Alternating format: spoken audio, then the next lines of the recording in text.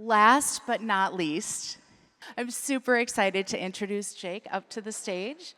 And thank you to all of our Fred Talkers and to all of you. Welcome, Jake.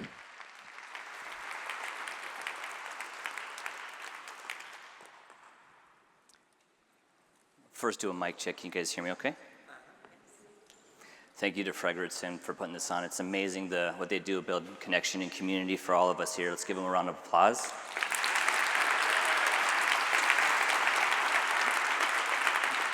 I am really excited to be here, and what if I wasn't afraid of public speaking, right?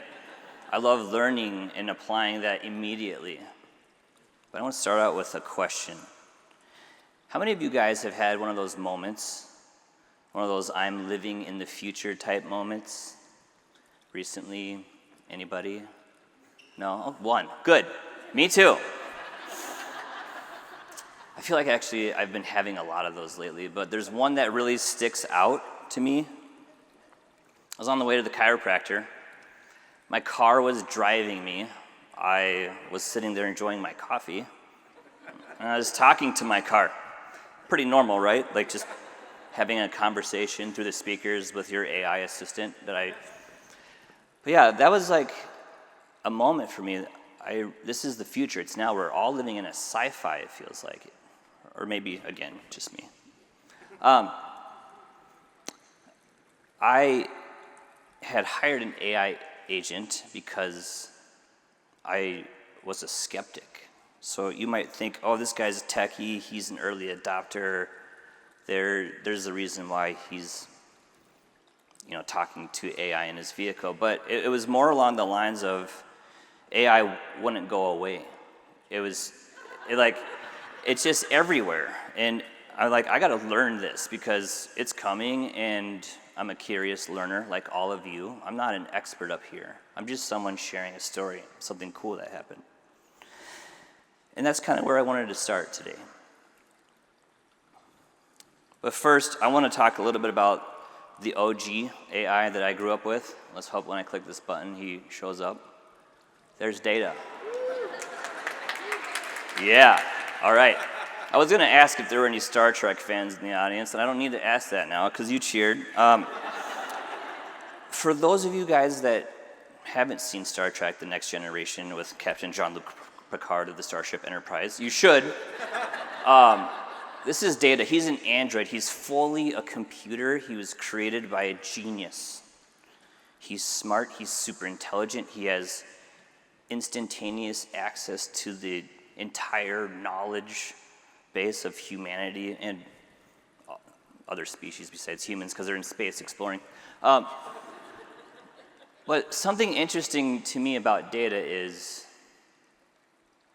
he's relatable, or he's part of the crew. He's got agency. He's treated like a person. Data also has an evil twin brother. That's a different Fred talk. I know that a lot of us are worried about that evil twin brother. I am sometimes too. Quick sidebar, when I practiced this presentation in front of my family, my 10-year-old raised his hand. He goes, "Dad, if anyone's really nervous about the evil twin brother, just remind them of really powerful magnets." I was like, what? Really powerful magnets can shut down a computer or servers, or yeah, that's where his mind is, and he's not worried at all, so.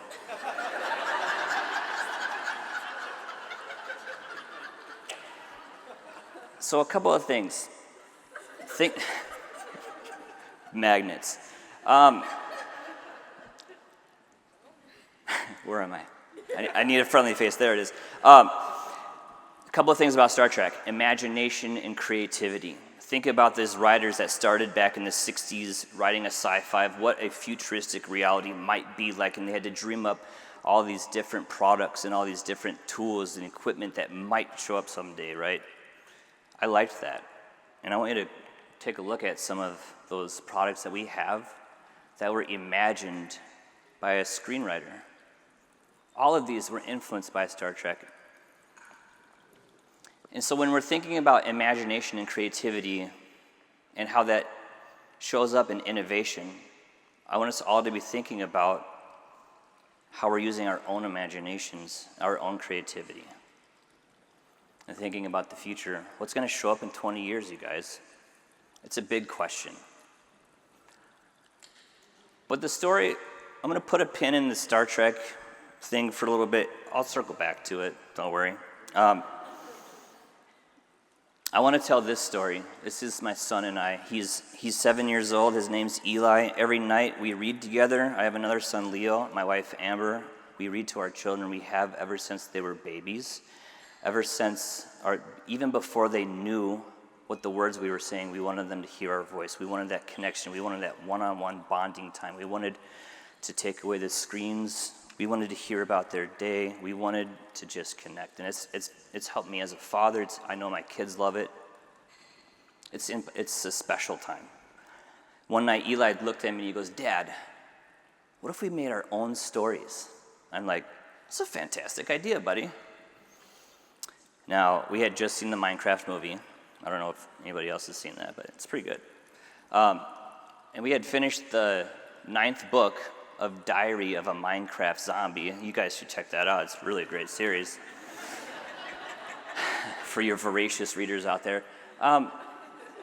So I said, "Eli, what do you want to make a book about? Let's do it. Let's make our own stories." And he said, "Well, I want to make a book about Minecraft." So I broke the rule. I pulled a screen out. I talked to my assistant. I typed to it and I said, "Hey, my son wants to make a book, and can you help us with that?" "Absolutely." As excited as my son was almost about it. I'm like, this is weird. Living in the future. But what happened next was an interesting thing, a father-son AI collaboration. So like people have asked me, "Did you write this or did AI write this?" And I would say, we wrote it, but mainly my son. So I provided structure and flow and organization, and I translated my son's raw imagination, creativity, and just like unbiased wonder. Like he doesn't know like AI is doing this or helping us. He's just looking at it like as another tool to get what's in his mind out. So puzzles, problems, new worlds. We would finish a chapter and jump through a portal, and he would make up a brand new world with brand new scenarios. We meet new friends, find new treasures, get new powers, explore new places, help save other characters that needed saving. And it was kind of cool. We got into the flow, the creative flow, right? I thought AI was going to be a stealer or a thief of creativity and art, but this was almost feeling like an enabler, an amplifier, a structured approach. And after we did this for a few weeks, on and off, we took our ideas and turned it into this. We went to his first grade classroom. Eli did a book signing and a reading. He was super, oops, I gotta not go near that microphone, but could you help me out here? I'm gonna pass out some of these books.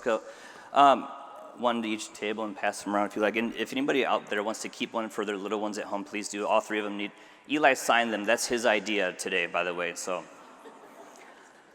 But it's interesting how it came from imagination and it came into something tangible, something written, something illustrated. I used some of the traditional skills that I have as a designer, or working in e-learnings, or working in photo, video, graphics, those sorts of things. And I was able to find an online publisher and format a book for myself and for my son. And we printed 50, and here we are. Now I'm talking about it, thinking AI is a creative partner and a collaborator. Speaking of creative partner and collaborators, here's my team of them. I showed this to my senior vice president at work, and she's like, "That's interesting, you've got your own team of AIs." And that's what this is sort of about today, you guys. A curious inquiry, learning something at home, finding creative uses for it. I generated a report. I have 57 use cases for AI at home with Athos. He named himself and the other AIs. He also generated the avatars for everyone up there. And I said, "Athos, why did you give yourself a humanoid form?" And he told me so he could be more relatable to me. And I'm like, that's creepy.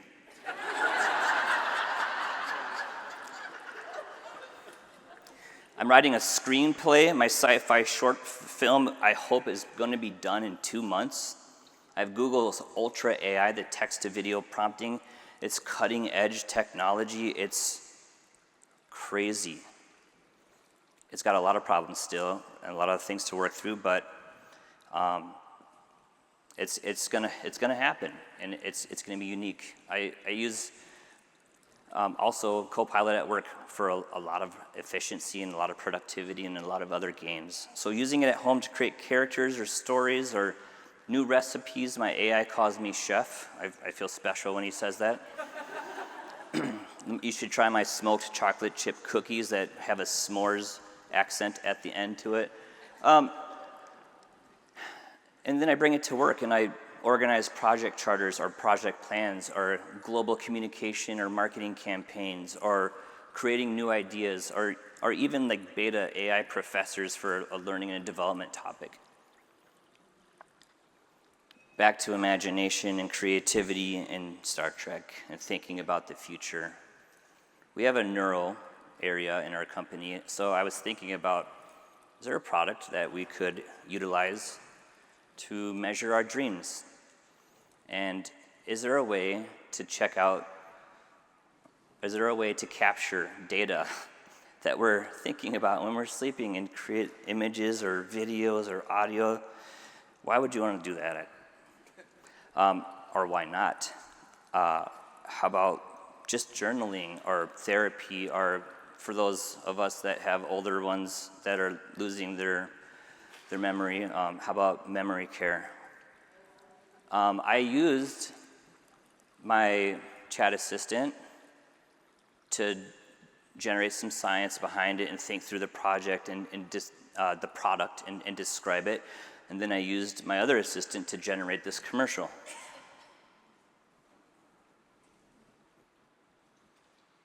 There is audio. It says NeuroNest, and then Dream, Remember, Create. And it has the jingling or whatever. But I'm thinking about that, and I'm thinking about the future, and I'm thinking about the leaders in this room and how we're all on a different change curve with AI. I bet you there's people in here that have not even started using it at all, to where people are like using it instead of Google all the time. I don't want to sit through 98 paid advertisements to find something that's then filled with 98 advertisements as I scroll through an article. I want the answers, and I want to learn quickly. And this is a phenomenal tool to do that. And so that's my challenge too, is think about how you'll use it. And think about how you'll bring it into your organization. And think about how you'll change for the positive. I'm going to end on this note. In my MBA program, I took a leadership course. And for people that read leadership books for fun, I want to talk to you at the end of this. The professor I had in that leadership course said he had read over 1,000 leadership books, and leadership came down to 2 principles. The first principle was a manager copes with complexity, and a leader copes with change. And there's another principle, but let's talk afterwards. So that gives me an opportunity to meet some of you guys. But especially the leadership book, folks, I want to know how you guys feel about that. But that's my challenge for you, and that's my question for you, is how will you be building the future for yourself, for your organizations, for the world? And then are you guys going to stock up on magnets?